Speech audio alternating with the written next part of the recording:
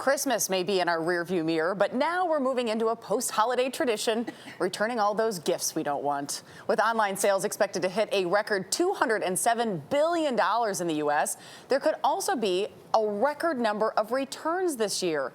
Every year, a big chunk of those returns end up in landfills, enough to fill 23 million refrigerators or 6,400 747s. Can you imagine that? Such a waste. Yeah, Janet Shamlian has an inside look at e-tailers that are trying to make returns more sustainable. It's a familiar scene this time of year. Thanks, bud. Appreciate it. Delivery workers making the trek to your front door with those point-and-click gifts. Online purchases have never been a bigger part of the holiday, likely to top 25% of sales. But here's the more startling number.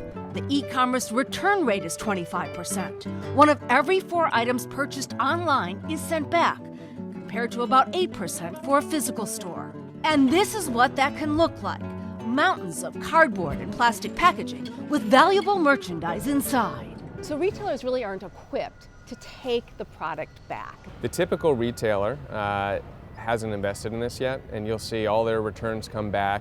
They pile up, they sit, and it often quarterly or twice a year they might liquidate them for pennies on the dollar or even potentially destroy them. Tobin Moore is the CEO of Optoro, which helps companies solve the problem of a tsunami of returns. We have now these new racks behind me here where we put bulk cases. This massive warehouse outside Nashville is one of 36 Optoro uses across the country, processing merchandise for sellers like American Eagle, Target, Bed Bath & Beyond, and others. Workers use Optoro's software to check in the merchandise, ensuring a refund, then relisting the product for a new sale. We're just here to just grade it and make sure that it has a UPC and it has the correct description. These items will never go back to the retailer's warehouse. They're held here until sold again.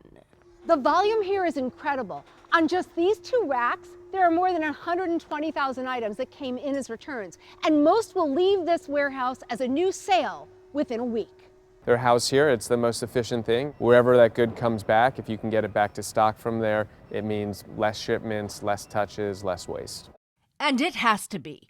89% of online customers say they won't buy again if the return process is difficult. In Houston, Abby McDonald used Happy Returns, a service that collects customers' unwanted goods for hundreds of companies that sold them. It's postage and box free. Did you already start it online? I did. I have the code. Perfect. A QR code is all you need.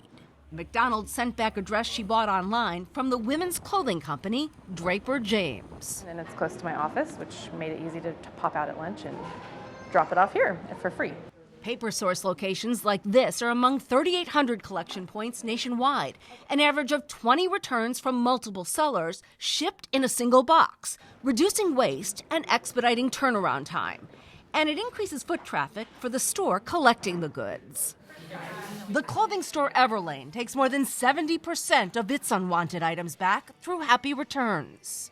Everlane's Katina Boda says making returns seamless is critical not just for customers, but for the company's bottom line. I think the speed and the efficiency with which we can get the product back on the shelf and available for another customer is really integral to our overall business model. It obviously impacts our sales and our revenue.